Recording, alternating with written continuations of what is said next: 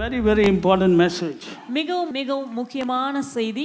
When I said very, very important, it is really important. நான் முக்கியமான செய்தி என்று நான் சொல்லுகிறேன் என்றால் நிச்சயமாகவே இது முக்கியமான செய்தியாகும். And I trust that God will help you to understand the word of God. கர்த்தருடைய வார்த்தையை நீங்கள் புரிந்து கொள்ளும்படி தேவன் உங்களுக்கு உதவுவார். Go to 1 Corinthians chapter 10 verse 11. Now all these things happen unto them for examples, and they are written for our admonition, upon whom the ends of the world are come. 1 Corinthians chapter 10 verse 6. Now these things were our examples.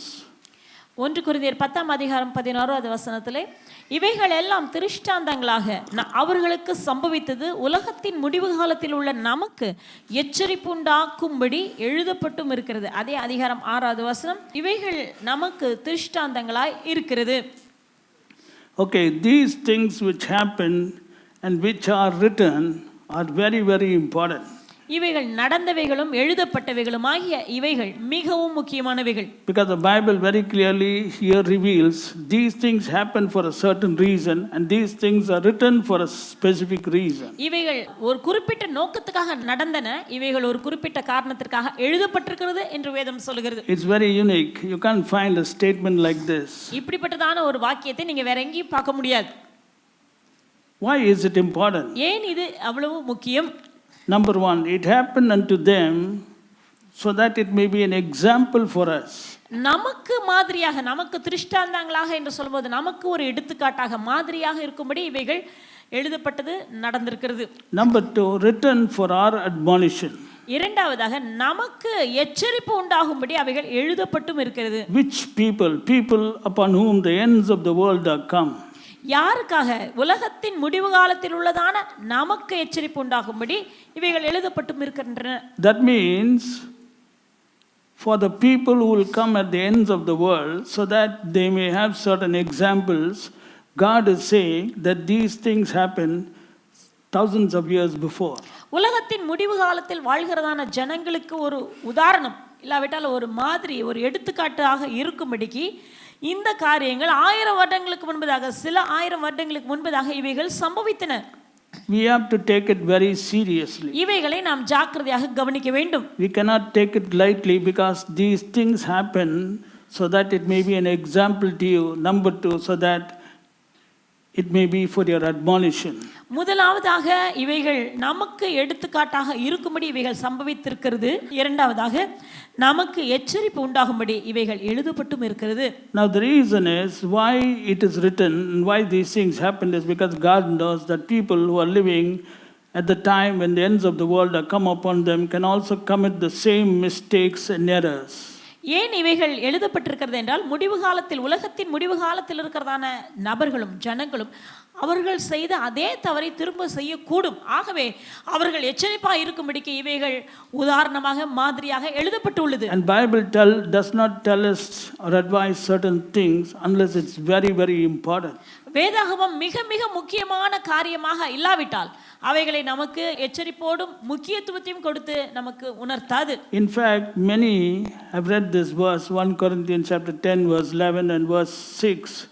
They have read it, but they've taken it very lightly. பலர் 1 கொரிந்தியர் 10 அதிகாரம் 11வது வசனத்தையும் 6வது வசனத்தையும் வாசித்திருப்பார்கள், படித்திருப்பார்கள். ஆனால் அதை வாசித்து அப்படியே அதை லேசாக விட்டிருப்பார்கள், அதை குறித்து சிந்தித்திருக்க மாட்டார்கள். Remember, it is so that it may be an example for you. கவனமாக புரிந்து கொள்ளுங்கள், இது உங்களுக்கு எடுத்துக்காட்டாக இருக்கும்படி எழுதப்பட்டிருக்கிறது. And written for your admonition. உங்களை தட்டி, அதாவது உங்களுக்கு அறிவு ஊட்டக்கூடிய முறையிலே உங்களுக்கு போதிப்பதற்காக இவைகள் எழுதப்பட்டிருக்கிறது. What's the meaning of admonition? Admonition means warning. எச்சரிப்பு என்று சொல்லும்போது ஒரு ஜாக்கிரதையாயிருங்கள் என்கிறதான ஒரு எச்சரிப்பை கொடுப்பது. Only 3 times in the Bible, and that also in the New Testament, this word admonition is mentioned. எச்சரிப்பு என்கிறதான வார்த்தை புதிய ஏற்பாட்டில் English Bible, admonition. Admonition. English word admonition only 3 times in the New Testament. In the Old Testament it's not there. In the New Testament it is mentioned. பழைய ஏற்பாட்டிலே இந்த admonishing English வார்த்தையாகி இந்த வார்த்தையானது பழைய ஏற்பாட்டில் சொல்லப்படவும் இல்லை, புதிய ஏற்பாட்டிலே 3 இடங்களில் 3 முறை தான் பயன்படுத்தப்பட்டுள்ளது. So we have to take this very carefully. ஆகவே நாம் இவைகளை வெகு ஜாக்கிரதையாக எடுத்துக்கொள்ள வேண்டும். You know, because the God whom we serve is a God of love, mercy, compassion and long suffering, and he desires that his people be well at all times. நாம் ஆராதிக்கிறதான தேவன் அன்பின் தேவன், மன உருக்கத்தின் தேவன், இரக்கத்தின் தேவன், தயவு காட்டுகிறதான தேவன். ஆகவே அவருடைய ஜனங்கள் எல்லா நாட்களிலும் நன்றாய் இருக்க வேண்டும் என்று விரும்புகிறார். And he knows that we can commit certain mistakes and errors which can be very costly in our life. நாம் செய்கிறதான சில தவறுகள் மிக வாழ்க்கையிலே மிக பயங்கரமான ஒரு விளைவை ஏற்படுத்தக்கூடும் என்பதை தேவன் அறிந்திருக்கிறார். And he does not desire that it happen. That's why he allowed these things to happen and he wrote them in the Bible. ஆகவே அப்படிப்பட்ட தவறுகள் உங்களுடைய வாழ்க்கையில் நடந்துவிடக் கூடாது என்பதற்காக தான் நடந்ததான இந்த காரியத்தை தேவன் வேதாகமத்திலே நமக்கு மாதிரியாக எடுத்துக்காட்டாக எழுதி வைத்திருக்கிறார். See, I like the term, this happened for your example and these are written for your admonition. 11வது வசனத்திலே பார்க்கும் இவைகள் எல்லாம் உங்களுக்கு திருஷ்டாந்தங்களாக இருக்கும்படி சம்பவித்தது, அவர்களுக்கு சம்பவித்தது, உலகத்தின் முடிவு காலத்தில் உள்ள நமக்கு எச்சரிப்பு உண்டாகும்படி எழுதப்பட்டும் இருக்கிறது. Now who's written this? அப்படியானால் இதை எழுதியது யார்? Who wrote this? இதை எழுதினது யார்? Who brought this to light? இதை வெளிச்சத்துக்கு நாம் அறிந்து கொள்ளும்படி வெளிச்சத்துக்கு கொண்டு வந்தது யார்? All of you know who wrote 1 Corinthians. It is the apostle Paul. He is the apostle of grace. அப்போஸ்தலனாகிய பவுல் 1 கொரிந்தியர் யாரால் எழுதப்பட்டது என்று உங்கள் யாவருக்கும் தெரியும். அப்போஸ்தலனாகிய பவுல், அதாவது கிருபையின் அப்போஸ்தலனாகிய பவுல் தான் இதை எழுதி இருக்கிறார். Because all these grace teachings today are taken only from apostle Paul. You have to இன்றைக்கு understand. இருக்கக்கூடியதான எல்லா விதமான கிருபையின் போதனைகளும் அப்போஸ்தலனாகிய பவுலுடைய போதனையிலிருந்து தான் எடுக்கிறார்கள். In the way people have understood, they are interpreting, but this is what the apostle has been talking everywhere. And here he is telling, this happened for your example and this is written for your admonition. அவரவர்கள் தாங்கள் எப்படி புரிந்து கொள்ளுகிறார்களோ அந்த முறையிலே அவர்கள் வேத வாக்கியத்துக்கு விளக்கத்தை கொடுத்து கொண்டிருக்கிறார்கள். கிருபையின் போதகத்தை குறித்து கிருபையின் அப்போஸ்தலனாகிய பவுல் தான் இதை நமக்கு சொல்கிறார். So we have to take this very carefully. ஆகவே நாம் ஜாக்கிரதையாக இவைகளை எடுத்துக்கொள்ள வேண்டும். Because grace is telling us something very, very interesting. ஏனெனில் கிருபையானது நமக்கு மிகவும் சுவாரஸ்யமான ஒரு காரியத்தை சொல்லி தருகிறது. Okay, let us analyze what happened. என்ன நடந்தது, நாம் அதை ஆராய்வோம். Because these things happened. ஏனெனில் இவைகள் சம்பவித்தது. These things happened. இவைகள் சம்பவித்தன. These things happened. இவைகள் சம்பவித்தது. Okay, what exactly happened? என்ன நடந்தது? Go to the book of Acts chapter 7 verse 38. This is he that was in the church in the wilderness with the angel which spake to him in the Mount Sinai. அப்போஸ்தலர் 7ஆம் அதிகாரம் 38வது வசனத்திலே சீனாய் மலையில் தன்னுடனே பேசின தூதனோடும் நம்முடைய பிதாக்களோடும் கூட வனாந்தரத்தில் சபைக்குள் இருந்தவனும் நமக்கு கொடுக்கும்படி ஜீவ வாக்கியங்களை பெற்றவனும் இவனே. In other words, Paul is talking about what happened to the church in the wilderness, which is the first church. அப்படியானால் அப்போஸ்தலனாகிய பவுல் சபையில் நடந்ததான ஒரு காரியம், அதாவது முதல் சபையில் நடந்ததான ஒரு காரியத்தை தான் காரியத்தை குறித்து தான் பேசுகிறார். So in Acts 7:38 the word church is very clearly mentioned. வெகு தெளிவாக அப்போஸ்தலர் 7ஆம் அதிகாரம் 38ஆம் வசனம் சொல்லுகிறது, சபைக்குள் நடந்த காரியம். So this refers to the children of Israel or the seed of Abraham. இவைகள் யாரை குறிக்கிறது என்றால் ஆபிரகாமின் சந்ததியாரும் இஸ்ரவேல் ஜனங்களுமாய் இருந்ததான அவர்களை தான் குறிக்கிறது. And all of them were chosen by the Lord God. அவர்கள் யாவருமே தேவனாலே தெரிந்து கொள்ளப்பட்டவர்கள். Those who were chosen became members of the first church. யாரெல்லாம் தெரிந்து கொள்ளப்பட்டார்களோ அவர்கள் இந்த முதல் சபையின் அங்கத்தினர்களாய் மாறினர். What about today's church? இன்றைய சபையின் நிலை என்ன? Who becomes members of the today's church? இன்றைய சபையிலே யார் அங்கத்தினர்களாய் மாறுகிறார்கள்? Those who are chosen, brother. தெரிந்து கொள்ளப்பட்டவர்கள் தான். You understand? புரியுதா உங்களுக்கு? Those who are called. அழைக்கப்பட்டவர்கள். In those days the calling was based on physical birth. அந்த நாட்களிலே அழைப்பு என்பது பிறப்பின் மூலமாக, சரீர பிரகாரமான பிறப்பின் மூலமாக இருந்தது. God called Abraham. தேவன் ஆபிரகாமை அழைத்தார். Isaiah 51 verse 2, I called Abraham.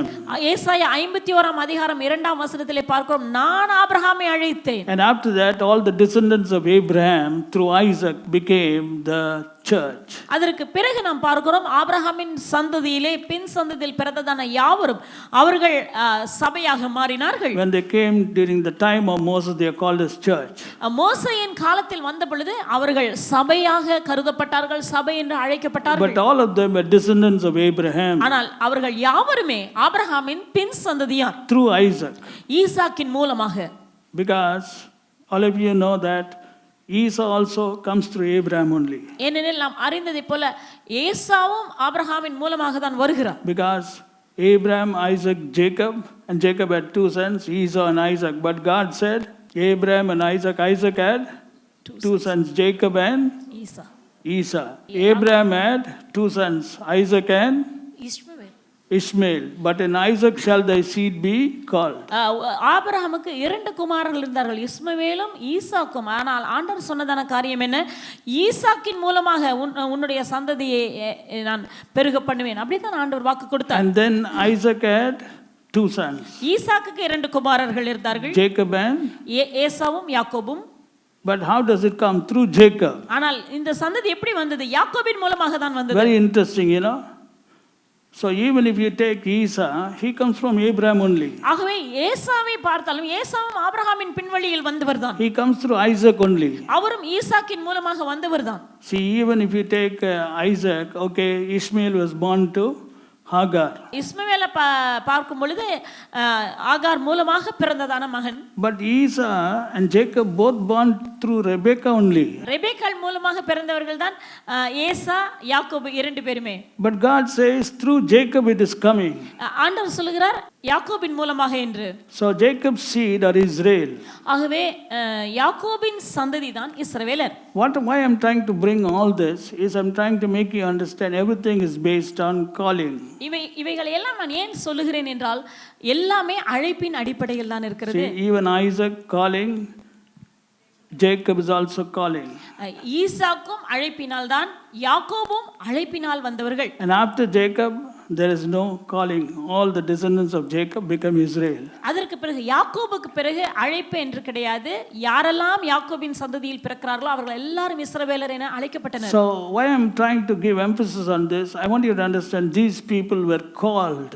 நான் ஏன் இதை சொல்லுகிறேன் என்றால் இவர்கள் யாவருமே அழைக்கப்பட்டவர்கள். So they are called as the church in the wilderness. அவர்கள் சபையிலே வனாந்தரத்திலே சபை இருந்ததான சபை என்று அழைக்கப்பட்டார்கள். And the Bible says something happened to the church in the wilderness which was for an example to the church of today. வனாந்தரத்திலே சபைக்குள் நடந்ததான அந்த காரியமானது இன்றைக்கு இருக்கிறதான சபைக்கு எடுத்துக்காட்டாக இருக்கும்படி சம்பவித்திருக்கிறது. And it is written, what happened to them is written so that it may be an admonition for the church of today. அந்த நாளிலே அதாவது நடந்ததான காரியம் எழுதப்பட்டிருக்கிறது. எதற்காக என்றால் இன்றைக்கு இருக்கிறதான சபைக்கு எச்சரிப்பா இருக்கும்படி இவைகள் எழுதப்பட்டுள்ளன. So God is giving the example of the church of that day to make the church of this day understand God and the way he reacts. தேவனை புரிந்து கொள்வதற்கும் தேவன் எப்படியாக செயல்படுகிறார் என்பதை சபையானது புரிந்து கொள்ளும்படிக்கு அந்த சபைக்கு நடந்ததான காரியத்தை இன்றைக்கு இருக்கிறதான சபைக்கு எச்சரிப்பாக எழுதியிருக்கிறார். So we have to be very careful because the preacher of grace is giving this revelation. நாம் வெகு கவனமாக இருக்க வேண்டும். ஏனெனில் கிருபையை போதிக்கிறதான அந்த போதகர் இந்த போதனையை தருகிறார். Truth number 1. முதலாவதாக Hebrews chapter 3 verse 1. Wherefore, holy brethren, partakers of the heavenly calling. எபிரேயர் 3ஆம் அதிகாரம் 1வது வசனம். இப்படி இருக்க பரம அழைப்புக்கு பங்குள்ளவர்களாகிய பரிசுத்த சகோதரரே. That means we the church today are called as holy brethren, and the Bible says we are partakers of the heavenly calling. வேதம் சொல்லுகிறது இந்த சபையிலே இருக்கிறதான நபர்கள் பரிசுத்த சகோதரர். அடுத்ததாக நம்முடைய அழைப்பு பரம அழைப்பு. So you are all partakers of the heavenly calling. நீங்கள் யாவரும் பரம அழைப்புக்கு பங்குள்ளவர்கள். Who are the members of the church? Those who are partakers of the heavenly calling. சபையின் அங்கத்தினர்கள் என்றால் அவர்கள் யாவர் பரம அழைப்புக்கு பங்குள்ளவர்கள் தான். That means here the term calling is coming. இந்த இடத்திலே அந்த அழைப்பு என்கிறதான வார்த்தை வருகிறது. So you became member because of the calling. நீங்கள் அழைப்பினாலே அழைக்கப்பட்டதினாலே சபையிலே அங்கத்தினராய் மாறி இருக்கிறீர்கள். There's a reason as to why God is keeping you alive in this world. இந்த உலகத்தில் தேவன் உங்களை உயிரோடு வைத்திருப்பதற்கு ஒரு காரணம் உண்டு. Now let's go and analyze the first church so that you will understand how important this admonition is. இந்த அறிவுரையானது எவ்வளவு முக்கியமானது என்பதை குறித்து நாம் பார்ப்பதற்கு பழைய ஏற்பாட்டிலிருந்து நாம் பார்க்கலாம். Under what circumstances was the first church traveling? Go to Deuteronomy 8 and verse 15. Who led thee through that great and terrible wilderness, wherein were fiery serpents and scorpions. உபாகமம் 8ஆம் அதிகாரம் 15ஆம் வசனத்திலே பார்க்கிறோம். உன்னை கொள்ளிவாய் சர்ப்பங்களும் தேள்களும் மற்றும் தண்ணீர் இல்லாத வறட்சியுமான பயங்கரமான பெரிய வனாந்திர வழியாய் உன்னை அழைத்து வந்தவரும் உனக்காக பாறையான கண்மலையிலிருந்து தண்ணீர் புறப்பட பண்ணினவரும். So in other words, the first church was walking surrounded by serpents and scorpions. முதல் சபையானது சர்ப்பங்களும் தேள்களும் சூழ்ந்திருக்கிறதான பாதையின் வழியாய் நடந்து போயிருக்கிறார்கள். What was surrounding them? அவர்களை சுற்றி சூழ என்ன இருந்திருக்கிறது? Fiery serpents and scorpions. கொள்ளிவாய் சர்ப்பங்களும் தேள்களும் இருந்தன. And Jesus reveals that today's church in Luke chapter 10 verse 19, we are also surrounded by serpents and scorpions. Behold, I give unto you authority to trample on serpents and scorpions. லூக்கா 10ஆம் அதிகாரம் 19ஆம் வசனத்திலே இன்றைக்கு இருக்கிறதான சபையானது எப்படி இருக்கிறது அதை குறித்து இயேசு கிறிஸ்து சொல்லியிருக்கிறார். இதோ சர்ப்பங்களையும் தேள்களையும் மிதிக்க நான் உங்களுக்கு அதிகாரத்தை தருகிறேன். That means if they are not there, how can you trample them? அவைகள் இல்லை என்றால், அதாவது தேள்களும் சர்ப்பங்களும் இல்லை என்றால் ஏன் ஆண்டவர் அதிகாரத்தை தர வேண்டும் மிதிப்பதற்கு? So that means very clearly they are beside you. ஆகவே வெகு தெளிவாக நாம் புரிந்து கொள்ளலாம், அவைகள் உங்களுக்கு அருகாமையில் தான் இருக்கிறது. They are in a position where you can trample them. நீங்கள் அவைகளை மிதிக்க கூடியதான நிலையில் இருக்கிறது. So don't think they were different. They were also surrounded by serpents, scorpions. You are also surrounded. ஆகவே நீங்கள் வித்தியாசமா இருக்கிறீர்கள் என்று மாத்திரம் நினைக்காதீர்கள். அவர்களும் சர்ப்பங்களும் தேள்களும் சூழ்ந்திருக்கிறதான சூழ்நிலையில் இருந்தார்கள். நீங்களும் அதே போல சர்ப்பங்களும் தேள்களும் சூழ்ந்திருக்கிற சூழ்நிலையில் தான் வாழ்ந்து கொண்டிருக்கிறீர்கள். The only difference is they can see, you couldn't see. ஒரே ஒரு வித்தியாசம் என்னவென்றால் அவர்களால் கண்களினால் பார்க்க முடியும், அவர்கள் கண்களினால் பார்க்க முடியும், உங்கள் கண்களினால் அவைகளை பார்க்க முடியாது. What do you think the children of Israel, they were partakers of what calling? They were Canaan calling which they could see. அவர்களுடைய அழைப்பு என்ன? எதற்காக அழைக்கப்பட்டிருந்தார்கள்? அவர்கள் கானானுக்காக அழைக்கப்பட்டிருந்தார்கள். கானானின் அழைப்பு அது பார்க்கக்கூடியதான அழைப்பு. What did God say? தேவன் என்ன சொன்னார்? Abraham, come to the land. ஆபிரகாமுக்கு ஆண்டவர் என்ன சொன்னார்? நீ இந்த தேசத்துக்கு வா. So God didn't tell him which land, but that was the land of his calling. அந்த எந்த தேசம் என்று சொல்லவில்லை, அந்த தேசம்தான், அந்த தேசத்திற்காக தான் தேவன் அவர்களை அழைத்திருந்தார். Come to the land which I shall show thee of. நான் உனக்கு காட்ட போகிறதான அந்த தேசத்திற்கு நீ வா என்று அழைத்தார். So Abraham and the first church could see the land. ஆகவே ஆபிரகாமும் அந்த முதல் சபையும் தேவன் எந்த தேசத்துக்காக அழைத்தாரோ அந்த தேசத்தை அவர்களால் பார்க்க முடிந்தது. In fact, Moses saw. மோசே பார்த்தார். They were called actually to see it. அவர்கள் பார்ப்பதற்காக அழைக்கப்பட்டிருந்தார்கள். That is why God delivered the first church from the house of bondage, Egypt. ஆகவேதான் தேவன் முதல் சபையை எகிப்தினுடைய அடிமைத்தனம் வீடாகிய எகிப்திலிருந்து அவர்களை மீட்டுக் கொண்டார். So that they can see and experience the promised land. தேவன் வாக்குத்தத்தம் பண்ணினதான அந்த தேசத்தை பார்க்கும்படியாகவும் அதை அனுபவிக்கும்படியாகவும் தேவன் அவர்களை எகிப்தின் அடிமைத்தன வீட்டிலிருந்து அழைத்தார். With their physical eyes and with their physical emotions. தங்களுடைய மாம்ச கண்களினால் பார்க்கும்படியாகவும் தங்களுடைய உணர்வுகளினால் உணர்ந்து கொள்ளும்படியாகவும் தேவன் அவர்களை அழைத்தார். But your calling is heavenly. ஆனால் உங்களுடைய அழைப்போ பரம அழைப்பு. So you can't see it with your physical eyes and you can't experience it today with this body emotions. ஆகவே இன்றைக்கு உங்களுடைய மாம்ச கண்களினாலே இதை பார்க்க முடியாது. உங்களுடைய சரீர உணர்ச்சிகளினாலே, இந்த சரீர உணர்ச்சிகளினாலே நாம் அதை அனுபவிக்க முடியாது. In the same way, the serpents and scorpions they could see. அதே போலவே அவர்கள் முந்தின சபையில் இருந்ததான முதல் சபையில் இருந்ததான அவர்கள் கொள்ளிவாய் சர்ப்பங்களையும் தேள்களையும் பார்த்தார்கள். But you can't see. இன்றைக்கு உங்களால் பார்க்க You முடியாது. understand? உங்களுக்கு புரியுதா? But both are the church. ஆனால் இரண்டுமே சபைதான். Both are going the same way. இரண்டுமே ஒரே வகையான சூழ்நிலைகளுக்குள்ளாக தான் போகிறது. Point number 3, Deuteronomy 8 and verse 15, who led thee through that great and terrible wilderness. உபாகமம் 8ஆம் அதிகாரம் 15ஆம் வசனத்திலே பார்க்கிறோம், பயங்கரமும் பெரிய வனாந்தர வழியாய் இவனை நடத்தி வந்தவரும். In other words, they were led by God directly. நேரடியாக அவர்கள் தேவனால் நடத்தப்பட்டார்கள். Of course, God didn't come directly. Moses was the leader, but God was leading them. நேரடியாக தேவன் வரவில்லை, ஆனால் தேவன் மோசேயின் மூலமாக அவர்களை நடத்தினார். But who led them? ஆனால் அவர்களை நடத்தினது யார்? It was God. தேவன் தான் நடத்தினார். But who could they see? அவர்கள் யாரை பார்த்தார்கள்? They could see only Moses. மோசேயை தான் அவர்கள் பார்த்தார்கள். But who was leading them? அவர்களை நடத்தினது யார்? God. உண்மையாக அவர்களை நடத்தினது தேவன் அவர்களை நடத்தி Today, கொண்டிருந்தார். New Testament church, who is leading us? இன்றைக்கு இந்த புதிய ஏற்பாட்டு சபையை நடத்துவது யார்? God. தேவன் தான் Same நடத்துகிறார். God, brother. அதே தேவன் தான். Same God. அதே தேவன் தான் You நம்மை can't see நடத்துகிறார். God, தேவனை உங்களால் பார்க்க but முடியாது. you can see the man whom God appoints. ஆனால் தேவன் நியமித்திருக்கிறதான மனிதனை உங்களால் பார்க்க முடியும். That is why you should be very careful that you are under an appointed man of God. ஆகவே நீங்கள் வெகு கவனமாக இருக்க வேண்டிய காரியம், ஒரு தேவனால் நியமிக்கப்பட்ட மனிதனோடு கூட நீங்கள் இருக்க வேண்டும்.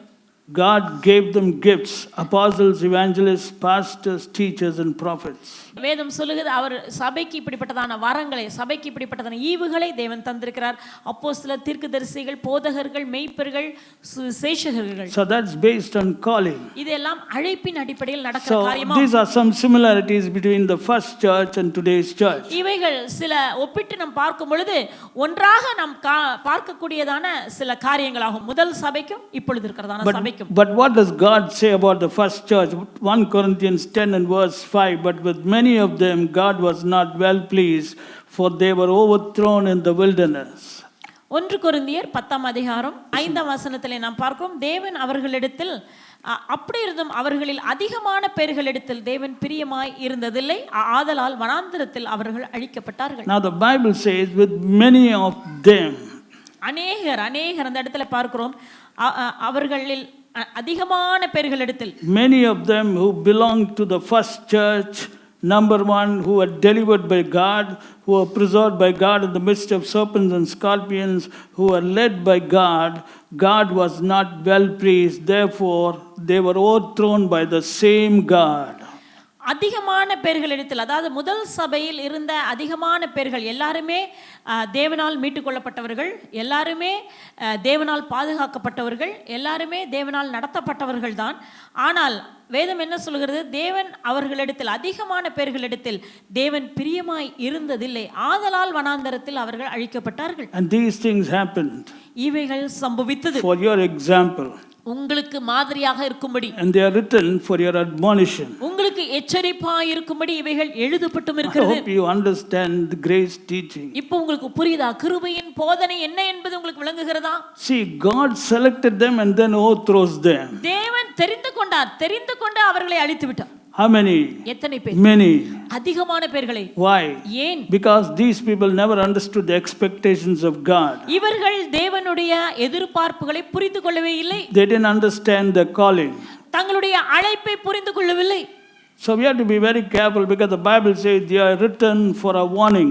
ஆகவே நாம் மிகவும் எச்சரிப்பாய் இருக்க வேண்டும். இது நம்முடைய எச்சரிப்புக்காக எழுதப்பட்ட காரியம். We have to understand, number one, our calling and walk in that calling. நம்முடைய குறிக்கோள் என்ன? நம்முடைய அழைப்பை புரிந்து கொண்டு அந்த அழைப்பிலே உண்மையாய் நாம் நடக்க வேண்டும். What did the first church do? They didn't understand the calling and they didn't walk worthy of it. That's why God says, I've written it for your admonition. You understand your calling and walk worthy of the calling with which you are called.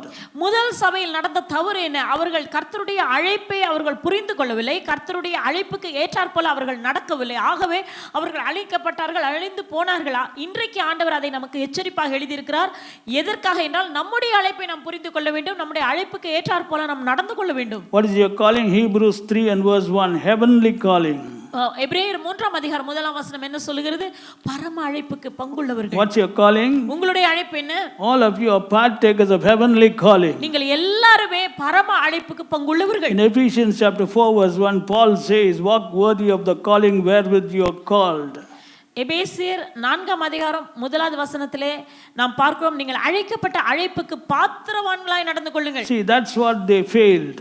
இங்குதான் அவர்கள் தவறினார்கள். They didn't walk worthy of the calling with which they were called. எதற்காக அவர்கள் அழைக்கப்பட்டார்களோ, எந்த அழைப்பிற்காக அழைக்கப்பட்டார்களோ அதற்கு பாத்திரர்களாய் அவர்கள் நடக்கவில்லை. They were doing things which displeased God and the calling.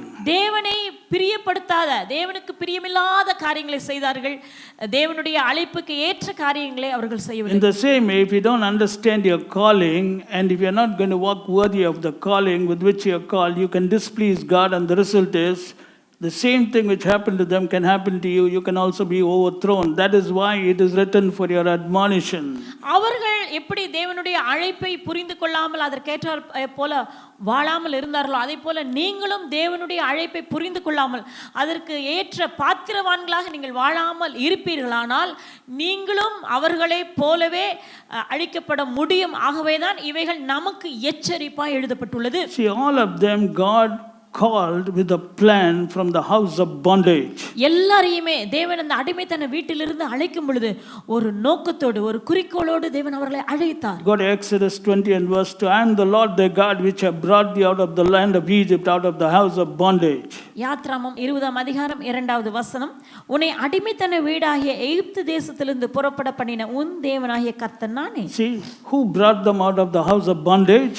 அடிமைத்தன வீட்டிலிருந்து வெளியே கொண்டு வந்தது யார்? I am the Lord thy God. உன் தேவனாகிய கர்த்தர் நானே. They didn't come of their own. The Lord God brought them. அவர்களாக தாங்களாகவே அவர்கள் வரவில்லை. தேவன் அவர்களை வெளியே கொண்டு வந்தார். From where do you think you came? நீங்க எங்க இருந்து வந்தீர்கள்? You also came from the house of bondage, brother. நீங்களும் அடிமைத்தன வீட்டிலிருந்து வந்தவர்கள்தான். Church means those who come out of the house of bondage. சபை என்றாலே அடிமைத்தன வீட்டிலிருந்து வெளியே வந்தவர்கள்தான் சபையாக இன்றைக்கு இருக்கிறார்கள். And you didn't come because of yourself. Somebody brought you out. The same God who brought the people of God, the first church, out of the house of bondage, Egypt, is the same God who has brought you out of the house of bondage.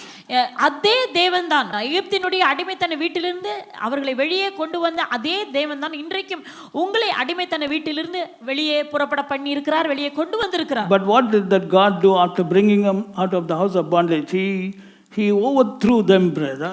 அவர்களை வெளியே கொண்டு வந்த பிறகு தேவன் செய்த காரியம் என்ன? அவர்களை அழித்து போட்டார். That means they fell short of the plan of God. அவர்கள் தேவனுடைய திட்டத்திற்கு ஏற்ற அளவு இல்லாததினாலே இப்படி நடந்தது.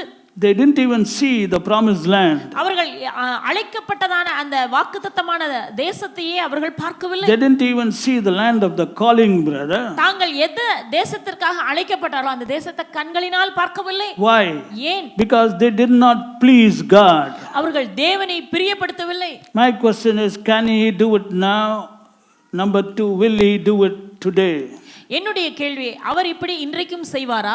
அவர் இப்படியாக தேவனால் செய்ய முடியுமா? It is time that you are clear about it and find out what the scripture says about it. இதை குறித்து நீங்கள் திட்டமும் தெளிவுமாக நீங்கள் புரிந்து கொள்ள வேண்டும். வேத வாக்கியங்கள் என்ன சொல்லுகிறது என்பதை அறிந்து கொள்ளுங்கள். Because today a lot of people, they are not under good teachers, so they listen to some teaching and it is very dangerous because when God moves, after that nobody can help you. You know, Moses couldn't help anybody.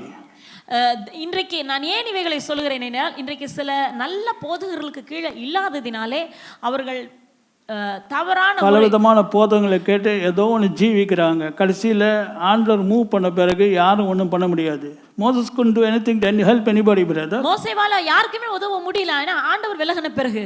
See, that's the point. When God moves, nobody can do anything. கர்த்தர் விலகி விடுவார் என்றால் யாரால எதுவும் கிரியை செய்ய துவங்குவார் என்றால். கர்த்தர் கிரியை செய்ய துவங்குவார் என்றால். So let's analyze today. இன்றைக்கு நாம் ஆராய்ந்து பார்ப்போம். Today many think I am saved. இன்றைக்கு பலர் நினைக்கிறார்கள் நான் ரட்சிக்கப்பட்டு விட்டேன். I am righteousness of God. நான் தேவ நீதியாக இருக்கிறேன். I am a member of the church. நான் இந்த சபையிலே அங்கத்தினராக இருக்கிறேன். I am delivered from the house of bondage. நான் அடிமைத்தன வீட்டிலிருந்து விடுதலையாக்கப்பட்டவன். I am chosen by God. தேவனாலே நான் தெரிந்து கொள்ளப்பட்டவன். Can God overthrow me? என்ன தேவன் அழிப்பாரா? That's why he's telling these things happen for your example and they are written for your admonition. What does it mean? It means it will happen again. ஆகவேதான் இவைகள் வேதத்திலே சொல்லப்பட்டிருக்கிறது. இவைகள் எல்லாம் நமக்கு திருஷ்டாந்தங்களாக இருக்கும்படி சம்பவித்தது. நமக்கு உலகத்தின் முடிவில் இருக்கிறதான நமக்கு எச்சரிப்பு உண்டாகும்படி இவைகள் எழுதப்பட்டிருக்கிறது. அப்படி என்றால் அர்த்தம் என்ன? அப்பொழுது நடந்த அதே காரியங்கள் திரும்பவும் நடக்கும். அதற்கு தான் இவைகள் எழுதப்பட்டுள்ளது. If it is not going to happen today, then why should it be written for your admonition or warning? அவைகள் திரும்பவும் நடக்காது என்று இருக்கும் என்றால் எதற்காக அதை நமக்கு எச்சரிப்பு உண்டாகும்படி தேவன் எழுத வேண்டும்? See, the point is today many understand only one side of God. They understand that God is a God of love, mercy, compassion, long suffering, delivering God, God who blesses his people, lifts his people, preserves his people, and live without a clear understanding of the God who they serve. இன்றைக்கு பலர் தேவனை பற்றியதான ஒரு பாகத்தை மாத்திரம்தான் அவர்கள் அறிந்திருக்கிறார்கள். தேவன் அன்புள்ளவர், தேவன் இரக்கமுள்ளவர், மனதுருக்கமுள்ளவர், தேவன் நம்மை உயர்த்துகிறதான தேவன், ஆசீர்வதிக்கிறதான தேவன், பெருகச் செய்கிறதான தேவன், நன்மையை தருகிறதான தேவன், இப்படிப்பட்டதான ஒரு பாகத்தை மாத்திரம்தான் அறிந்திருக்கிறார்கள். But the other side they don't understand. தேவனுடைய மறுபக்கத்தை அவர்கள் புரிந்து கொள்வதில்லை. They also don't like to understand. அதை பற்றி அறிந்து கொள்ள விரும்புவதும் இல்லை. Okay, they always want to hear the God of blessing. எப்பொழுதும் எல்லா நேரங்களும் அவர்கள் வாஞ்சிக்கிற காரியம் ஆண்டவர் ஆசீர்வதிக்கிற தேவன், They want ஆசீர்வதிக்கிற தேவன், இதைதான் கேட்க they விரும்புகிறார்கள். want to hear the healing God and the restoring God and the lifting God. உயர்த்துகிறதான தேவன், இழந்ததை திரும்ப பெறச் செய்கிறதான தேவன், சுகமாக்குகிறதான தேவன், இதைதான் அவர்கள் கேட்க விரும்புகிறார்கள். Brother, I'm telling you, whether you hear or not, that is what he hears. நீங்க கேட்டாலும் கேட்காவிட்டாலும் அவர் தேவன் இப்படிப்பட்டவர் தான். He is a God who has already healed you. ஏற்கனவே அவர் உங்களை குணமாக்கி விட்டார். Do you know that? உங்களுக்கு தெரியுமா?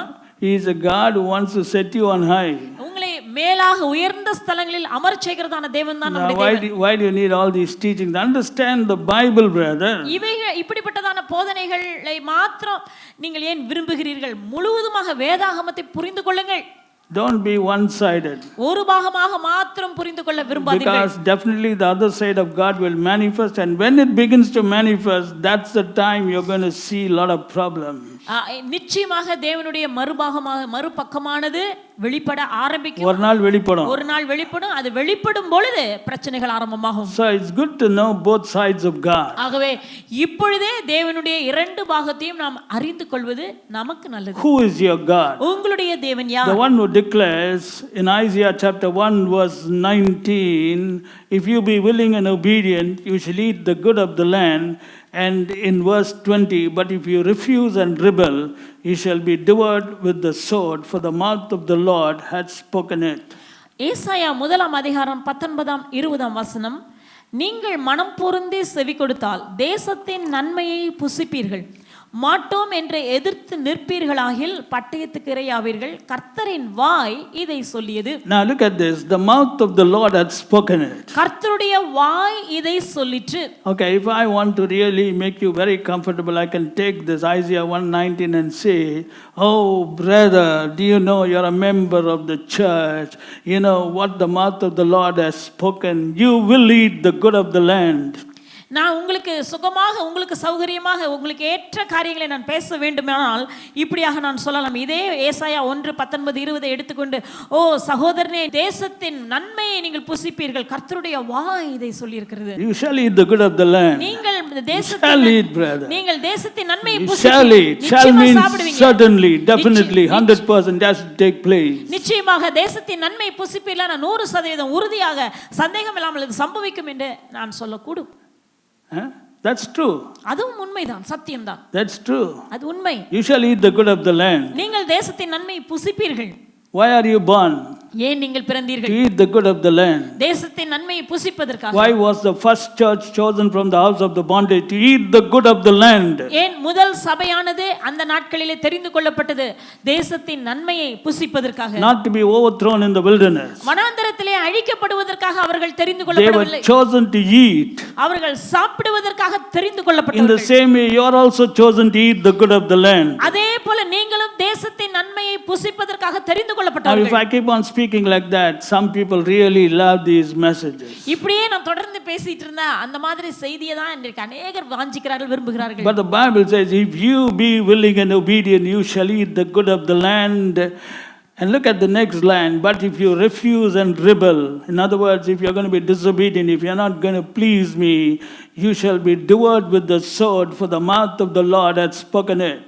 19 என்ன சொல்கிறது பாருங்கள், நீங்கள் மனம் பொருந்தி செவி கொடுத்தால் தேசத்தின் நன்மையை புசிப்பீர்கள், மாட்டோம் என்று எதிர்த்து நிற்பீர்களாய் ஆகில் பட்டயத்துக்கு இரையாவீர்கள், கர்த்தரின் வாய் இதை சொல்லிற்று. Now let me tell you something, whether you like it or not, whether you know it or not, whether you understand it or not, the truth will always manifest at some time or other. நீங்கள் விரும்பினாலும் விரும்பாவிட்டாலும், நீங்கள் ஏற்றுக்கொண்டாலும் ஏற்றுக்கொள்ளாவிட்டாலும் உண்மை என்பது நிச்சயமாக ஒரு நாளிலே வெளிப்பட்டுவிடும். And God is very specific in 1 Corinthians 10 and verse 5, but with many of them, the first church, God was not well pleased, for they were overthrown in the wilderness. 1 கொரிந்தியர் 10ஆம் அதிகாரம் 5ஆம் வசனத்திலே பார்க்கிறோம். அப்படி இருந்தும் அவர்களில் அதிகமான பேர்களிடத்தில் தேவன் பிரியமாய் இருந்ததில்லை, ஆதலால் வனாந்தரத்திலே அவர்கள் அழிக்கப்பட்டார்கள். So that is why I'm very much concerned, because God is telling this happened to the first church for your example, and this is written for your warning or admonition. ஆகவேதான் நான் இவைகளை குறித்து நான் மிகவும் எச்சரிப்பாய் இருக்கிறேன். ஏனெனில் இவைகள் நமக்கு திருஷ்டாந்தங்களாக இருக்கும்படி சம்பவித்தது, இவைகள் நமக்கு எச்சரிப்பாய் இருக்கும்படி எழுதப்பட்டும் இருக்கிறது. How many? எவ்வளவு பேர்? Many. அதிகமான பேர். In that day many will say, Lord, Lord, open to us, but he will say, I don't know you. அந்நாளிலே அநேகர் அவரிடத்தில் வந்து, ஆண்டவரே ஆண்டவரே கதவை திறவும் என்று சொல்வார்களா, நானோ அவர்களை அறியேன். And you taught us in our streets. Luke 13 verse 26. Okay, many. பலர், அநேகர். Again Matthew 7 verse 21. Many shall. மத்தேயு 7ஆம் அதிகாரம் 21ஆம் வசனம். அந்நாளில் அநேகர் என்னை நோக்கி, கர்த்தாவே கர்த்தாவே, உமது நாமத்தினால் தீர்க்க தரிசனம் உரைத்தோம் அல்லவா, உமது நாமத்தினால் பிசாசுகளை துரத்தினோம் அல்லவா, உமது நாமத்தில். Verse 22. Many will say to me in that day. அநேக நாள், அந்நாளிலே அநேகர் என்னை நோக்கி. Now I am very much concerned about today the spiritual atmosphere in the world. இன்றைக்கு உலகத்தில் இருக்கக்கூடிய ஆவிக்குரிய சூழ்நிலையை குறித்து, உங்களுடைய ஆவிக்குரிய சூழ்நிலை குறித்து நான் அதிக கரிசனையாக இருக்கிறேன். Because many are not bothering about these words. What Jesus is telling again and again, he is telling many.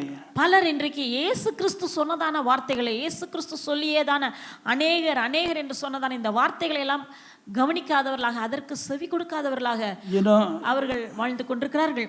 Jesus, when somebody asked him how many will be saved, Jesus said, Luke 13 and verse 23, then said one unto him, Lord, are the few that be saved? And he said unto them, strive to enter in at the straight gate, for many, I say, unto you will seek to enter in, but shall not be able. லூக்கா 13ஆம் அதிகாரம் 23-24. அப்பொழுது ஒருவன் அவரை நோக்கி, ஆண்டவரை ரட்சிக்கப்படுகிறவர்கள் சில பேர் தானா என்று கேட்டான். அதற்கு அவர், இடுக்கமான வாசல் வழியாக பிரயாசப்படுங்கள், அநேகர் உட்பிரவேசிக்க வகை தேடினாலும் அவர்களால் கூடாமல் போகும் என்று உங்களுக்கு சொல்லுகிறேன். Now see verse 23. 23வது வசனம். Somebody is asking Jesus a question because they understood what he was teaching. Lord, are the few that be saved? அவர்கள் ஒரு கேள்வியை கேட்டார். ஆண்டவரே, ரட்சிக்கப்படுகிறவர்கள் சிலர் பேர் தானா என்று கேட்டான். Why did he ask them? ஏன் அந்த கேள்வி கேட்டான்? Why? ஏன்? Because he understood what Jesus was teaching. இயேசு கிறிஸ்து போதித்ததை அவர் புரிந்து கொண்டார். Jesus didn't tell him whether many or few. இயேசு கிறிஸ்து எதுவுமே சொல்லவில்லை, அநேகரா அல்லது சிலர் தானா இப்படியெல்லாம் அவர் சொல்லவில்லை. He said unto them, strive to enter in at the straight gate, for many, I say unto you, will seek to enter and shall not be able. இடுக்கமான வாசல் வழியாக உட்பிரவேசிக்க பிரயாசப்படுங்கள், அநேகர் வகை தேடினாலும் கூடாமல் போகும் என்று சொல்லுகிறேன். So what was he telling? அவர் சொன்னது என்ன? He was telling many will not be entering. That's what he was telling. பலர் உள்ளே நுழைய மாட்டார்கள், அதை தான் இயேசு கிறிஸ்து சொன்னார். That is why I am very much bothered, because many people don't understand God. They are thinking they are pleasing God. That is not good. We should never be like the lukewarm Laodicean church. That church was thinking it was pleasing God, but they were not. இன்றைக்கு பலர் தேவனை பிரியப்படுத்துவதில்லை, ஆனால் தாங்கள் தேவனுக்கு பிரியமாக இருக்கிறதாக எண்ணிக்கொள்ளுகிறார்கள்.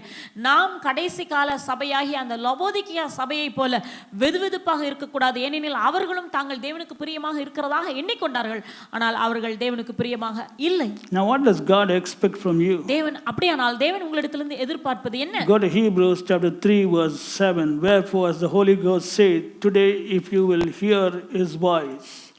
எபிரேயர் 3ஆம் அதிகாரம் 7வது வசனத்தில் நாம் பார்க்கிறோம், ஆகையால் பரிசுத்த ஆவியானவர் சொல்லுகிறபடியே இன்று அவருடைய சத்தத்தை நீங்கள் கேட்பீர்களாகில். What does the Holy Spirit say? ஆவியானவர் என்ன சொல்லுகிறார்? Today if you will hear his voice. இன்று நீங்கள் அவருடைய சத்தத்தை கேட்டால். We have to hear the voice of God, not the voice of man. நாம் தேவனுடைய சத்தத்தை கேட்க வேண்டும், மனிதனுடைய சத்தத்தை அல்ல. Because man's voice can be lukewarm teaching, it can be a superficial gospel, it can be a shallow gospel. ஏனெனில் மனிதனுடைய போதனைகள், மனுஷருடைய போதனைகள் வெதுவெதுப்பான அவைகளாக இருக்கக்கூடும், மேலோட்டமான சுவிசேஷமாக, மேலோட்டமான ஒரு சுவிசேஷமாக இருக்கக்கூடும். So we have to listen to the voice of the Holy Spirit. ஆகவே நாம் பரிசுத்த ஆவியானவருடைய சத்தத்துக்கு நாம் செவி கொடுக்க வேண்டும். Go to Hebrews 3:7. எபிரேயர் 3ஆம் அதிகாரம் 7ஆம் வசனம். Look at what the Holy Ghost say. Today if you will hear his voice. இன்று அவருடைய சத்தத்தை கேட்பீர்களாக His voice. ஆவியானவர் என்ன சொல்லுகிறார்? His இன்று voice. அவருடைய சத்தத்தை நீங்கள் கேட்பீர்களாக. When? Today. இன்றைக்கு If you will hear. நீங்கள் கேட்பீர்களாக. He's talking to the church. சபைக்கு தான் பேசுகிறார். And then what does he say in the next verse, verse 8? Harden not your hearts as in the provocation in the day of temptation in the wilderness. வனாந்தரத்திலே கோபமூட்டின போதும் சோதனை நாளில் நடந்தது போல உங்கள் இருதயங்களை கடினப்படுத்தாதிருங்கள். See, again now it's coming in Hebrews. திரும்பமாக நாம் பார்க்கிறோம், எபிரேயரிலே பார்க்கிறோம். He's saying, what is the Holy Spirit telling? பரிசுத்த ஆவியானவர் என்ன சொல்கிறார்? Come on, what is he telling? அவர் என்ன சொல்கிறார்? Is he telling, I'm a healing God, I'm a delivering God, I'm a lifting God? He doesn't tell all that, brother. He's saying, harden not your hearts as in the provocation in the day of temptation in the wilderness. இன்றைக்கு நான் சுகமாக்குகிறதான தேவன், நான் உங்களை விருத்தியடைய செய்கிற தேவன், உயர்த்துகிற தேவன், ஆசீர்வதிக்கிற தேவன், அப்படியாக ஆவியானவர் பேசுகிறார். இல்லை, இன்றைக்கு நீங்கள் அவருடைய சத்தத்தை கேட்பீர்களாகில் சோதனை நாளில் நடந்ததை போல, வனாந்தரத்தில் கோபம் மூட்டின போது நடந்ததை போல உங்கள் இருதயங்களை கடினப்படுத்தாதீர்கள். Now why does he say harden not your hearts? It is because God knows that today's church can easily harden their hearts without the knowledge. ஏன் ஆண்டவர் சொல்லுகிறார் உங்கள் இருதயங்களை கடினப்படுத்தாதீர்கள் என்றால், இன்றைக்கு இருக்கிறதான சபையும் தங்களுக்கு தெரியாமலே தங்கள் இருதயத்தை கடினப்படுத்தி விட முடியும். We have to be very, very careful and watchful. நாம் வெகு வெகு எச்சரிப்பாகவும் கவனமுள்ளவராயும் இருக்க வேண்டும். Hardening of heart is a result of not understanding the God of the Bible. இருதயத்தை கடினப்படுத்துதல் என்றால் என்ன தெரியுமா? வேதாகமத்தில் சொல்லப்பட்டிருக்கிறதான தேவனை புரிந்து கொள்ளாமல் இருப்பதுதான் கடினமான இருதயம். Harden means continuing to do the things which displease Him, but without knowing that these things are actually irritating God. தேவனுக்கு பிரியமில்லாத காரியங்களை தொடர்ந்து செய்து கொண்டே இருந்து அவைகள் தேவனுக்கு எரிச்சலை உண்டாக்குகிறது என்பதை அறிந்து கொள்ளாமலே வாழ்ந்து கொண்டிருக்கிற ஒரு வாழ்க்கை தான் இருதயத்தை கடினப்படுத்தும் See, in வாழ்க்கை. Revelation 3 verse 15 we have the lukewarm church. வெளிப்படுத்தல் 3:15 நாம் பார்க்கிறோம் வெதுவெதுப்பான சபை. Lukewarm church was not hot, it was not cold. இந்த வெதுவெதுப்பான சபை குளிராகவும் இல்லை அனலாயும் இல்லை. See, they were not cold, அவர்கள் குளிராக இல்லை, but they were not hot. ஆனா அதே நேரத்துல அனலாயும் இல்லை. They were in the middle. இதற்கு மத்தியிலே இருந்தார்கள். God says, you are irritating me.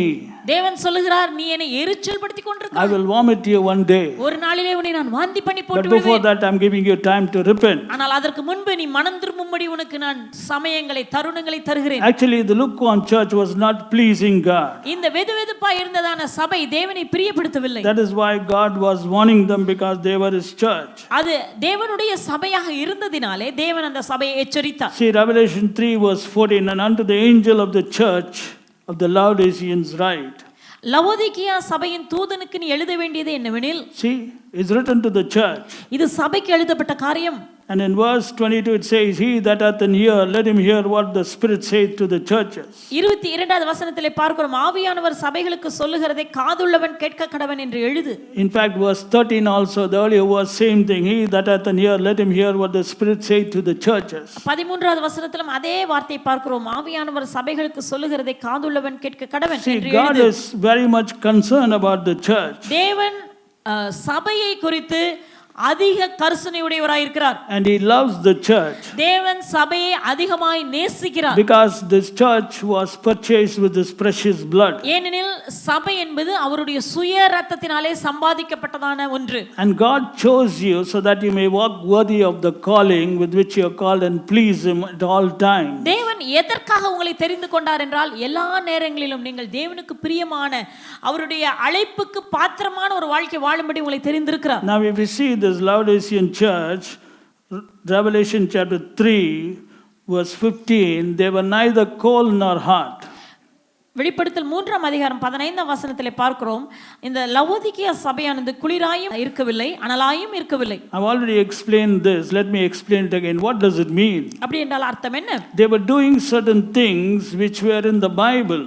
வேதத்தில் சொல்லப்பட்டிருக்கிறதான சில காரியங்களை செய்து கொண்டே இருந்தார்கள். That is why they were not cold. ஆகவே அவர்கள் குளிராக இல்லை. Because if you're cold means you will not do anything in the Bible. குளிராக என்றால் இருப்பது என்றால் வேதத்தில் சொல்லப்பட்ட ஒன்றையும் செய்யாமல் இருப்பது. You will not be praying. ஜெபிக்க மாட்டீர்கள். You won't come to church. சபைக்கும் வர மாட்டீர்கள். You won't be reading the word. வேதத்தை வாசிக்க மாட்டீர்கள். Even if you are reading, you'll just read, okay, finish, 5 minutes over. அப்படியே வாசித்தாலும் அவ்வளவுதான், ஏதோ கொஞ்சத்தை வாசிச்சு அவ்வளவுதான் முடிஞ்சிச்சு. And you will be doing other things also. மற்ற காரியங்களையும் நீங்க செஞ்சிட்டு இருப்பீங்க. But it will be all lukewarm. எல்லாமே வெதுவெதுப்பாக இருக்கும். So God says, I don't like this. தேவன் சொல்லுகிறார், இதை இப்படிப்பட்ட நிலையை நான் விரும்பவில்லை. I will vomit you one day. ஒரு நாளிலே உன்னை நான் வாந்தி பண்ணி போட்டு விடுவேன். Not today, but one day. இன்றைக்கு அல்ல, ஒரு நாளிலே. That is why he's telling repent. ஆகவே தேவன் சொல்றார், மனம் திரும்பு. See, verse 19. 19வது வசனம். Be zealous therefore and repent. ஆகையால் நீ ஜாக்கிரதையாய் இருந்து மனம் திரும்பு. See, that is why we have to be very, very careful to find out whether we are lukewarm. ஆகவே நம்மை நாமே ஆராய்ந்து பார்க்க வேண்டும். நாம் வெதுவெதுப்பா இருக்கிறோமா என்று நம்மை குறித்து நாம் ஆராய்ந்து பார்க்க வேண்டும். And that is why it's written in the book of 1 Corinthians what we saw. 1 கொரிந்தியரிலே நாம் பார்த்தோம் என்ன சொல்லப்பட்டிருக்கிறது. Now these things were our examples. இவைகள் நமக்கு திருஷ்டாந்தங்களாய் எழுதப்பட்டுள்ளது. These things were our examples. இவைகள் நமக்கு திருஷ்டாந்தங்களாய் எழுதப்பட்டுள்ளது. These things were written for our warning. இவைகள் நமக்கு எச்சரிப்பாய் இருக்கும்படி எழுதப்பட்டிருக்கிறது. Now what actually did the first church do which displeased the Lord? தேவனை பிரியப்படுத்தாமல் அவர்கள் முதல் சபை செய்த காரியம் என்ன? Because the Bible says many of them God was not well pleased. வேதம் வெகு தெளிவாக சொல்கிறது, அவர்களில் அதிகமான பேர்களிடத்தில் தேவன் பிரியமாய் Many இருக்கவில்லை. of them. அவர்களில் அதிகமான பேர்களிடத்தில் தேவன் பிரியமாய் இருக்கவில்லை. What did they do? அவர்கள் செய்தது என்ன? Okay, they did certain things. I'm going to just discuss the first one and then we'll close. அவர்கள் சில காரியங்களை செய்திருக்கிறார்கள். அதில் முதலாவதை மாத்திரம் இப்பொழுது நாம் பார்த்து முடிக்க போகிறோம். Now this is very important, the things which we are discussing, because these have been written for your admonition. இவைகள் மிகவும் முக்கியமானவைகள், நாம் கவனமாக கேட்க வேண்டியதான காரியம். ஏனெனில் இவைகள் நம்முடைய எச்சரிப்புக்காக எழுதப்பட்ட காரியங்களாகும். This is grace teaching us. இது கிருபை நமக்கு போதிக்கிறதான காரியம். கிருபையினால் நமக்கு வந்த போதனையாகும் இது. Do you know what grace teaches us? கிருபை நமக்கு என்ன போதிக்கிறது? Titus 2:11, for the grace of God that bringeth salvation has appeared to all men, teaching us that denying ungodliness and worldly lusts, we should live soberly, righteously and godly in the present world. தீத்து 2ஆம் அதிகாரம் 11ஆம் 12ஆம் வசனங்களிலே பார்க்கும், எல்லா மனுஷருக்கும் ரட்சிப்பை அழிக்கத்தக்கதான தேவ கிருபையானது பிரசன்னமாகி நாம் அவபக்தியையும் லௌகீக இச்சைகளையும் வெறுத்து தெளிந்த புத்தியும் நீதியும் தேவ பக்தியும் உள்ளவர்களாய் இவ்வுலகத்தில் ஜீவனம் பண்ண வேண்டும் என்று நமக்கு போதிக்கிறது. Okay, you understand this is grace teaching, huh? இது கிருபையின் போதனை. இதை புரிந்து கொள்கிறீர்களா? What does it teach? கிருபை என்ன போதிக்கிறது? We should deny worldly lusts. லௌகீக இச்சைகளை நாம் வெறுக்க வேண்டும். Worldly lusts. லௌகீக இச்சைகள். Okay, the first mistake that the first church did. முதல் சபை செய்த முதல் தவறை பார்க்கலாம். Go to 1 Corinthians 10 and verse 6. 1 கொரிந்தியர் 10ஆம் அதிகாரம் 6ஆம் வசனம். Now these things were for our examples, to the intent we should not lust after evil things as they also lusted. அவர்கள் இச்சித்தது போல நாமும் பொல்லாங்கானவைகளை இச்சியாதபடிக்கு இவைகள் நமக்கு திருஷ்டாந்தங்களாய் இருக்கிறது. See, look at this. Here is the first thing. What was the mistake they did? அவர்கள் செய்த தவறு என்ன? They lusted after evil things. அவர்கள் பொல்லாதவைகளை பொல்லாங்கானவைகளை இச்சித்தார்கள். God says we should not lust like they lusted. அவர்கள் இச்சித்ததை போல நாமும் அவைகளை இச்சியாதபடிக்கு எச்சரிப்பாய் இருக்க வேண்டும். Psalms 106 verse 14, but lusted exceedingly in the wilderness. சங்கீதம் 106 14ஆம் வசனத்தில் பார்க்கிறோம், வனாந்தரத்திலே அவர்கள் இச்சி உள்ளவர்களாகி. Now, what the Holy Ghost says is, we have to be very careful, because without our knowledge our hearts can be hardened. He says to the church, do not lust, or in other words, do not yield to the lusts of the flesh. பரிசுத்த ஆவியானவர் நம்மை எச்சரிக்கிறார், உங்களுடைய இருதயங்களை நீங்கள் கடினப்படுத்தி விடாதீர்கள். ஏனெனில் நம்முடைய இருதயமானது மாம்சீகமான காரியங்களை இச்சிக்க ஆரம்பிக்கும். ஆகவே அதற்கு இடம் கொடுக்காதீர்கள் என்கிறார். So go to Ephesians chapter 2 verse 3. எபேசியர் 2ஆம் அதிகாரம் 3ஆம் வசனம். Among whom also we had a conversation in times past in the lusts of the flesh, following the desires of the flesh of the mind, and were by nature the children of wrath, even as others. அவர்களுக்குள்ளே நாம் எல்லாரும் முற்காலத்திலே நமது மாம்ச இச்சையின்படியே நடந்து நமது மாம்சமும் மனசும் விரும்பினவைகளை செய்து சுபாவத்தினாலே மற்றவர்களைப் போல கோபாக்கினியின் பிள்ளைகளாய் இருந்தோம். Now, how were you living before you were born again? நீங்கள் மறுபடியும் பிறப்பதற்கு முன்பு எப்படி நீங்கள் வாழ்ந்தீர்கள்? In times past, look at the கடந்த term. நாட்களிலே, முற்காலத்திலே. The term uses in the lusts of our flesh. அந்த வார்த்தையை பாருங்கள், நமது மாம்ச இச்சையின்படி நடந்து fulfilling the desires of the flesh. நமது மாம்சம் விரும்பினதை நிறைவேற்றி fulfilling the desires of the mind. நமது மனசு விரும்பினவைகளை செய்து and by nature the children of wrath. சுபாவத்தின்படி மற்றவர்களைப் போல கோபாக்கினின் பிள்ளைகளாய் இருந்தோம். Now look at the term lusts of the flesh, desires of the flesh, desires of the mind. அந்த மூன்று காரியங்கள் பாருங்க. மாம்ச இச்சைகள், இச்சையின்படி நடந்து மாம்சம் விரும்பினவைகளை செய்து மனது விரும்பினவைகளை செய்து. See, lusts of the flesh, desires of the flesh, desires of the mind. மாம்சத்தின் இச்சைகள், மாம்சத்தின் விருப்பங்கள், மனதின் விருப்பங்கள் is equal to by nature children of wrath. இவை எல்லாம் ஒன்றாக, இவை எல்லாம் சேர்ந்து மொத்தத்துல கோபாக்கினின் பிள்ளைகளாக இருந்தோம். You were like that. நீங்கள் அப்படிதான் இருந்தீர்கள். No, pastor, I was not like that. Pastor, நான் அப்படியெல்லாம் இல்ல pastor. Brother, that's what the Bible is telling. சகோதரனே, வேதாகமம் அப்படிதான் சொல்லுகிறது. In times past you were like that. முற்காலத்திலே கடந்த நாட்களிலே அப்படி இருந்தீர்கள். But now you have become partaker of the heavenly calling, and Paul says in Ephesians chapter 4 verse 22 that you put off concerning the former conversation the old man which is corrupt according to the deceitful lust. இப்பொழுதோ நீங்கள் பரம அழைப்புக்கு பங்குள்ளவர்களாக மாறி இருக்கிறீர்கள். எபேசியர் 4:22 பவுல் சொல்லுகிறார், அந்தபடி முந்தின நடக்கைக்குரிய மோசம் போக்கும் இச்சைகளாலே கெட்டுப்போகிற பழைய மனுஷனை நீங்கள் களைந்து போட்டு. In other words, Paul is telling you put off the corrupt old man. Pavul என்ன சொல்லுகிறார் என்றால், கெட்டுப்போகிற பழைய மனுஷனை நீங்கள் களைந்து போடுங்கள், தூக்கி போடுங்கள். See, what does the old man call us? பழைய மனுஷனுக்கு பெயர் என்ன? Corrupt old man. கெட்டு போகிற அல்லது கெட்டு போன பழைய மனுஷன். Corrupt old man. கெட்டு போகிறதான ஒன்று. See, corrupt old man. கெட்டு போகிற. And you know the nature of this corrupt old man, it is deceitful. அது கெட்டு போகிறது எப்படி போகும்? மோசம் போக்கக்கூடியது. Deceitful according to deceitful lust. மோசம் போக்கும் இச்சைகளினாலே அது உங்களை மோசம் போக்கி விடும். See, that's what lust is doing. Deceitful means deceiving. மோசம் போக்குதல் என்றால் வஞ்சித்து விடும், ஏமாற்றி விடும். So what does actually flesh do? மாம்சம் என்ன செய்கிறது? It deceives. அது வஞ்சிக்கிறது, ஏமாற்றுகிறது. It will make you do certain things and you won't know you're doing it. உங்களையே சில காரியங்களை அது செய்ய தூண்டி நீங்க செய்றீங்கனே உங்களுக்கு தெரியாது, அப்படிப்பட்ட காரியங்களை உங்களை செய்ய வைத்து விடும். Why people are deceived? ஏன் இன்றைக்கு अनेகர் ஏமாந்து வஞ்சிக்கப்படுகிறார்கள்? For example, let's say today somebody deceives you in money. உதாரணத்திற்கு பணத்திலே ஒரு நபர் உங்களை ஏமாற்றுகிறார்கள் என்று வைத்துக்கொள்வோம். Can anybody really deceive you if you know you're being deceived? Deceitful means you don't know you're being deceived, but you will be deceived. மோசம் போக்குதல் என்றால் உங்களுக்கே தெரியாது நீங்க மோசம் போறீங்கன்றதே உங்களுக்கு தெரியாது, ஆனா மோசம் போகி விடுகிறீர்கள். What is the name of lust? இச்சைக்கு பெயர் என்ன? Deceitful lust. மோசம் போக்கும் இச்சைகள். So what actually it is the aim? அதனுடைய நோக்கம் என்ன? To deceive you. உங்களை ஏமாற்றுவது. So people can be easily deceived. ஆகவே எளிதாக ஜனங்கள் ஏமாந்து விடுவார்கள். That is why the corrupt man or the old man is dangerous. ஆகவே தான் இந்த கெட்டுப் போகிற பழைய மனுஷன் மிகவும் ஆபத்தானவன். And Paul says put off. Pavul சொல்கிறார், இந்த பழைய மனுஷனை கெட்டுப் போகிற இந்த பழைய மனுஷனை களைந்து போட்டு விடு. That's your job. அது உங்களுடைய வேலை. If you don't put off, you can be living in deception. நீங்கள் களைந்து போடாவிட்டால் நீங்கள் தொடர்ந்து ஏமாந்து போகிற நிலைமையில் வாழ்வீர்கள். Because as long as you are in this world, flesh is alive. இந்த உலகத்தில் நீங்கள் உயிரோடு இருக்கிற வரைக்கும் மாம்சமும் உங்களுடைய சுயம், அந்த மாம்சம் என்பது உயிரோட தான் இருக்கு. And waiting for an opportunity for us to yield to it.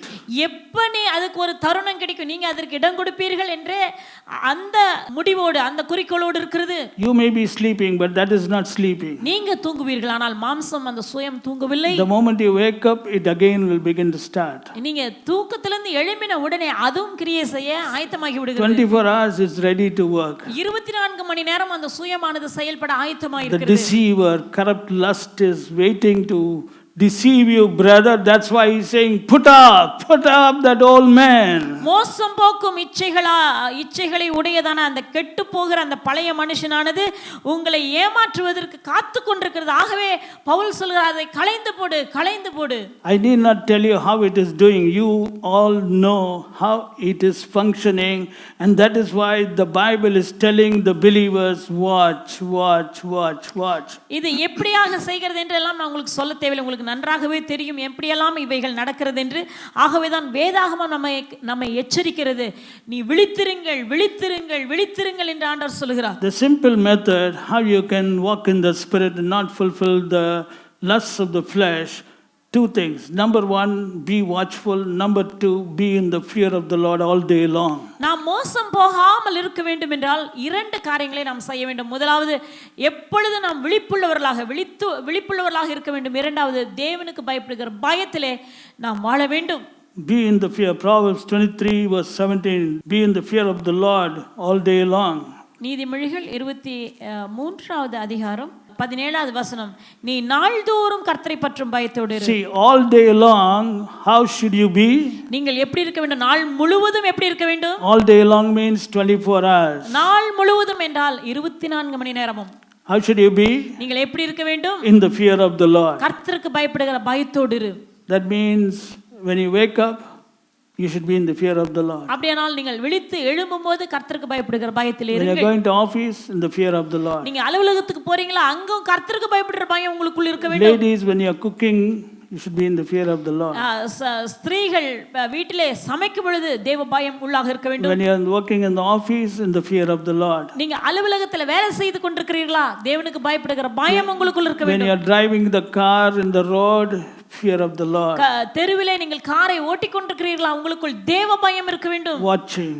விழிப்புள்ளவர்களாயிருங்கள். Watch and pray lest you fall into temptation. Jesus said, the spirit is willing but the flesh is weak. இயேசு கிறிஸ்து சொன்னார், ஆவி உற்சாகம் உள்ளதுதான், மாம்சம் பலவீனம் உள்ளது. ஆகவே நீங்கள் விழித்திருந்து சோதனைக்கு உட்படாமல் இருக்கும்படி விழித்திருந்து ஜெபம் பண்ணுங்கள். But today some believers won't watch, they will only pray. இன்றைக்கு சில விசுவாசிகள் பார்த்தா ஜெபிப்பார்கள், ஆனால் விழித்திருக்க மாட்டாங்க. That is why they are doing so many things which God doesn't like. ஆகவே தான் தேவன் விரும்பாத பல காரியங்களை செய்து But விடுகிறார்கள். they think they are very holy, they are so good. I tell you, my dear children of God, it's time that you take the word of God. See, go to 1 Peter chapter 1 verse 17. 1 பேதுரு 1ஆம் அதிகாரம் 17ஆம் வசனம். Pass the time of your sojourning here in fear. இந்த உலகத்துல நாம் இருக்கும் பொழுது, அதாவது நீங்கள் பரதேசிகளாய் சஞ்சரிக்கும் அளவும் நீங்கள் பயத்துடனே நடந்து கொள்ளுங்கள். Look at the term, pass the time of your sojourning here in fear. இங்கே பரதேசிகளாய் சஞ்சரிக்கும் அளவும் பயத்துடனே நடந்து கொள்ளுங்கள். Why should you pass the time of your sojourning? The same verse says, because you call on the Father who without respect of person judgeth according to every man's work. ஏனெனில் அந்த வசனத்திலே சொல்லப்பட்டிருக்கிறது, அன்றியும் பட்சபாதம் இல்லாமல் அவனவனுடைய கிரியைகளின்படி நியாயம் தீர்க்கிறவரை நீங்கள் பிதாவாக தொழுது கொண்டு வருகிறபடியால். See, look at how Peter introduces your God. அப்போஸ்தலனாகிய பேதுரு நம்முடைய தேவனை குறித்து, அதாவது தேவனை நமக்கு எப்படி அறிமுகப்படுத்துகிறார். This is how the apostles spoke. They didn't say, oh, the God, your Father is a healing God, is a delivering God. Since you serve a healing and a delivering and a protecting and a preserving and a lifting and a promoting and a guarding and dash God. No. He doesn't say, you know what he says? You are calling on the Father who without respect of person judgeth according to every man's work. Do this. Pass the time of your sojourning here in fear. இப்படிதான் அப்போஸ்தலர்கள் பேசியிருக்கார்கள். அப்போஸ்தலனாகிய பேதுருவும் என்ன சொல்லுகிறார்? இதோ நீங்கள் சுகமாக்குகிறதான தேவனே, உங்களை உயர்த்துகிற தேவனே, உங்களை பாதுகாக்கிறதான தேவனே, இல்லாவிட்டால் உங்களை உயர்த்தி உங்களை மேலாக உயர்த்துகிறதான அப்படிப்பட்டதான தேவனை நீங்கள் ஆராதிக்கிறபடியினால் இன்று அப்படியெல்லாம் அவர் சொல்லவில்லை.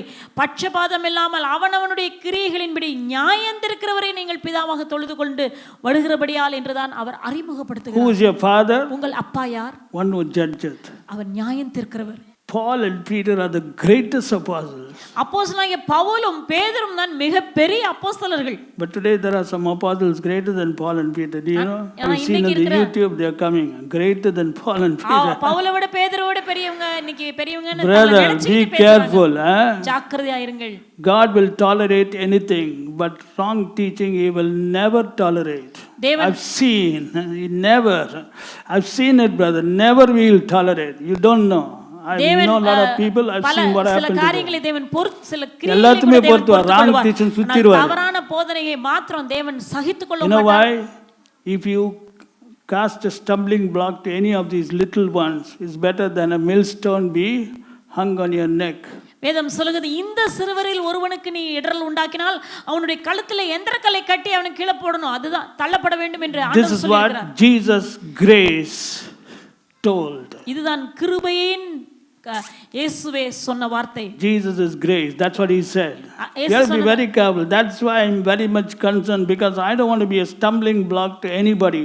Teaching is the area which can confuse people. We have to be very, look at how he says, who is your father? உங்களுடைய அப்பா யார்? Which father are you calling? எந்த அப்பாவை நீங்க தொழுது கொள்கிறீர்கள்? Tell me, which father? எந்த அப்பா? One would judge it. நியாயம் தீர்க்கிறவர்.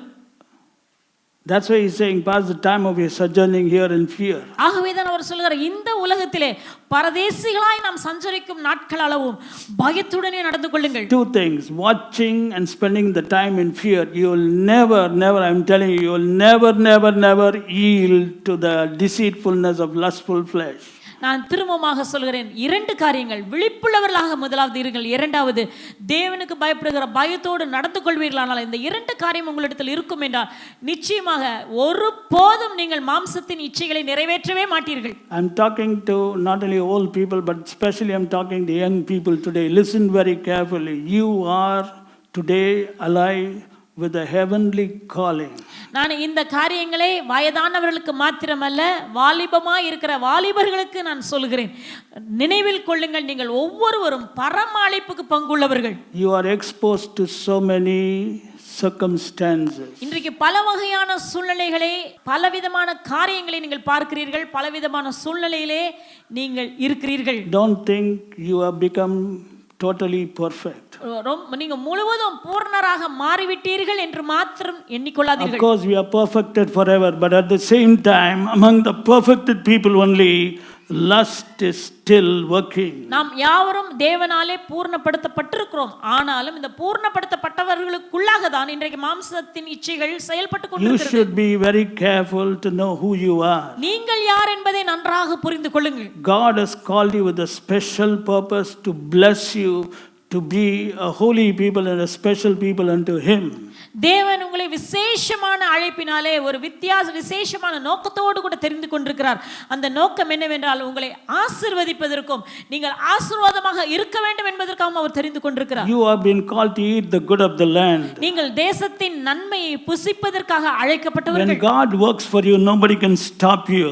தேவன் உங்களுக்காக செயல்படும் பொழுது, அவர் உங்களுக்காக கிரியை செய்யும் போது யாரும் அவரை தடுக்க முடியாது. You will go to the interview, they'll ask you the question only which you know. நீங்க இன்டர்வியூக்கு போவீங்க, ஆனா உங்களுக்கு தெரிஞ்ச கேள்வியை மாத்திரம் தான் அவங்க கேட்பாங்க. Everybody will be favorable for you, brother. எல்லாரும் உங்களுக்கு சாதகமாக இருப்பார்கள். When a man's ways please the Lord, he maketh even his enemies to be at peace with him. ஒருவனுடைய வழிகள் கர்த்தருக்கு பிரியமா இருக்கும் என்றால் அவனுடைய சத்துருக்களும் அவனோடு கூட சமாதானமாகும்படி செய்கிறார். See, if your enemies can be at peace with you, your boss, your managing director will be showing you extra favor. சத்துருவே உங்களோடு கூட சமாதானமாக்க அவரால முடியும் என்றால் உங்களுடைய மேல் அதிகாரி உங்களுக்கு அதிக தயவு காட்டும்படியாக தேவன் செய்வார். The king's heart is in the hand of the Lord as the rivers of water, he turns it wherever he wants.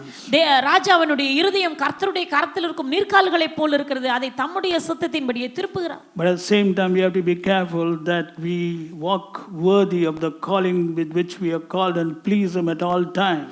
ஆகவே நாம் வெகு ஜாக்கிரதையாக இருந்து தேவன் நம்மை எதற்காக அழைத்திருக்கிறார் என்பதை புரிந்து கொண்டு அந்த அழைப்புக்கு பாத்திரவான்களாக நாம் நடந்து தேவனை நாம் எல்லா நேரங்களிலும் பிரியப்படுத்துகிறவர்களாக இருக்க வேண்டும். Just one verse and I'm going to close. Hebrews chapter 3 verse 13. But exhort one another daily when it is called today, lest any of you be hardened through the deceitfulness of sin.